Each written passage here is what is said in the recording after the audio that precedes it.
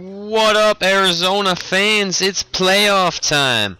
So instead of just letting the presentation go this year like I did last year, what I decided to do was basically talk over this about what happened during the NLDS. So the Milwaukee Brewers won the wild card game and traveled to Chase Field to take us on in the first round, and we won the first two games, then headed to Milwaukee and won the third game on a absolute gem by Archie Bradley. Threw a no-hitter through 6 2/3 before I believe it was Ryan Braun. Yeah, Ryan Braun broke up the no-hitter in the 7th inning, and Archie Bradley with a complete game, 1-hit shutout.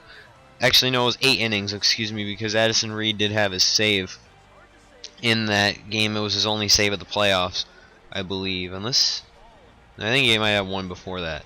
But Salazar, I believe, lost his first start, and or no, he won him. What the hell am I talking? I don't even know what I'm talking about.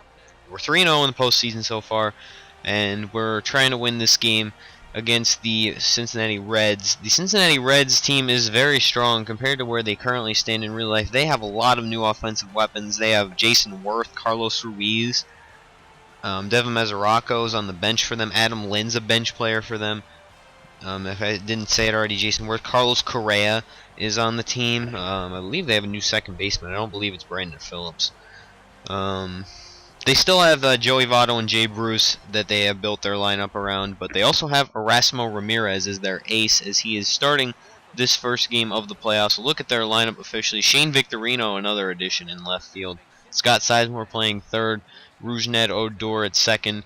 And everyone else in the lineup I had already talked about. And Erasmo Ramirez is their playoff game starter. So CC Sabathia, we're running a 4-man rotation. I didn't want David Price to pitch this game because I wanted to include CC in my initial rotation instead of just starting it as a 3 and expanding it to a 4 in the second round. And CC had a very solid season, better than Bradley's, I think. Even if it was down to him and Bradley in a 3-man rotation, I would have chose CC. And I almost had CC pitch against the Brewers, but I decided against it.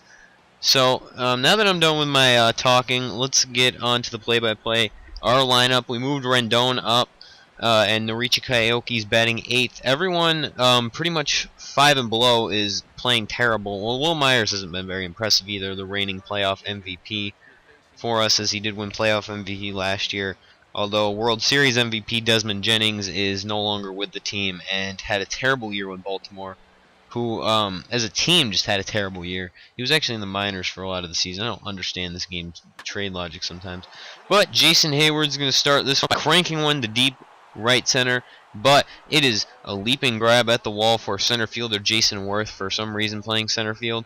He was playing great defense, too. But CC was on the mound for us, and this is going to be his second infield assist of the game. He had 4, I believe, in this game, although I don't show all of them. I was just showing it in innings where nothing really happened. And that was really the story of the game for the first couple innings. Nothing really all that much happened for either side, us or Cincy. CC was dealing still, and this one would actually go right by his head and end up in center field, but it probably should have been fielded by second base or shortstop. But we would solve it with a little grounder right there. Anyway, we got CC up to bat now, and he's going to lash this one out to right field. So CC now has more hits in gameplay episodes than I think any other pitcher combined. Or at least he has better batting average. But Jason Heyward was up to bat, and he takes this one, cranks it opposite field. Shane Victorino's going back, but he just looks at it as it goes over the wall. A home run, a 2-run shot for Jason Heyward. It's in this season for us, as he has helped guide us to the NLCS, although we probably would have made it without him. Desmond Jennings had a pretty good year beforehand.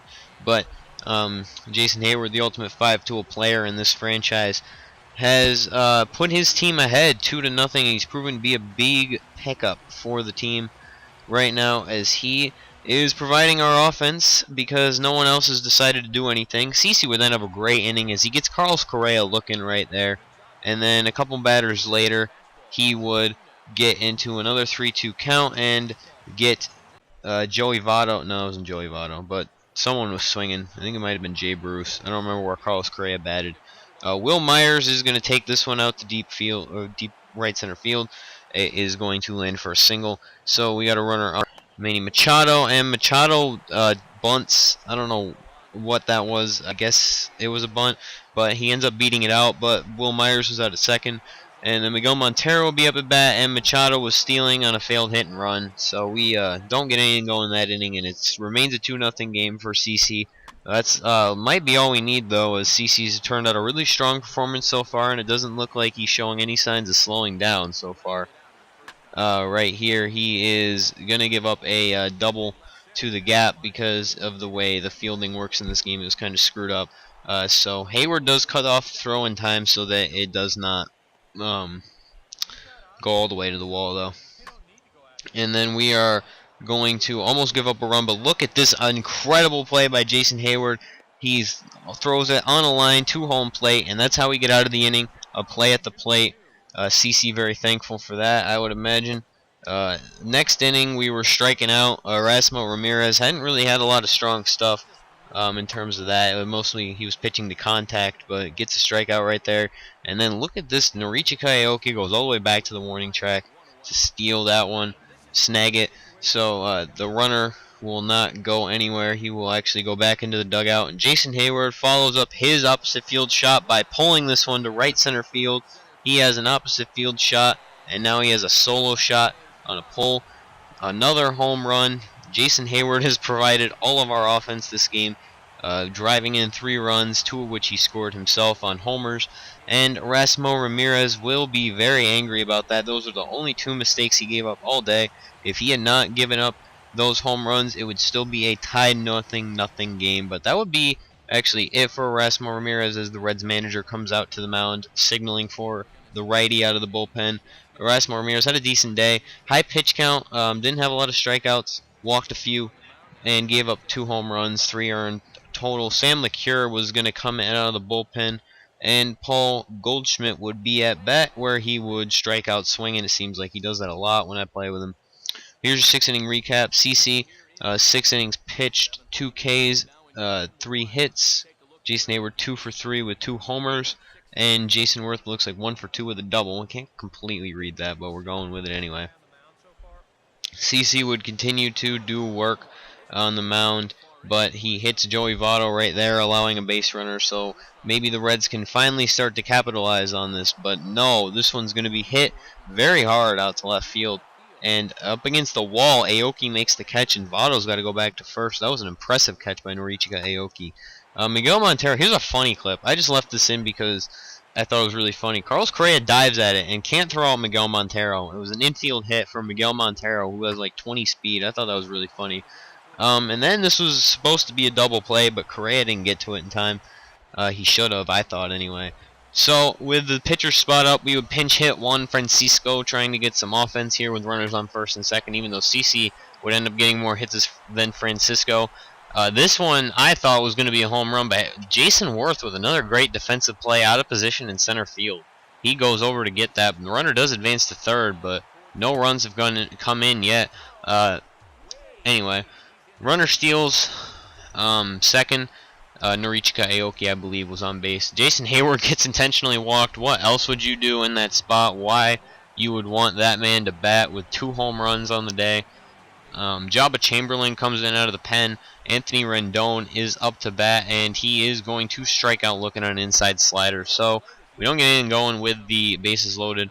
Kelvin Herrera comes on to pitch the 8th, and he would have I believe, will have Adam Lind come off the bench to pinch hit, and Kelvin Herrera would have a 1-2-3 inning topped off by this strikeout right there. Addison Reed comes on for the save after we had no offense because I believe I simmed 2 batters and then just bunted to get out of the game. Addison Reed strikes out the first batter faced and then gets this batter to ground out. Anthony Rendon makes a great defensive play, and the Diamondbacks take a 1-0 lead in the NLCS. CC Sabathia with the win, Addison Reed with the save, and Erasmo Ramirez will take his first loss of the NLCS. I believe he did lose a game of the NLDS or took a decision. Jason Heyward would be your player of the game. I don't believe I show it because I'm trying to cut down on this time. But I'm going to leave you with the box score. The week of MLB starting today. This is, well, not starting today. It started yesterday, but I'm recording the first commentary for it because that other one I recorded a few weeks ago. or a few days ago, not a few weeks ago. But week of MLB continues today with Game 1 in the NLCS. It'll be Game 4 of the NLCS tomorrow. Peace. Thanks for watching.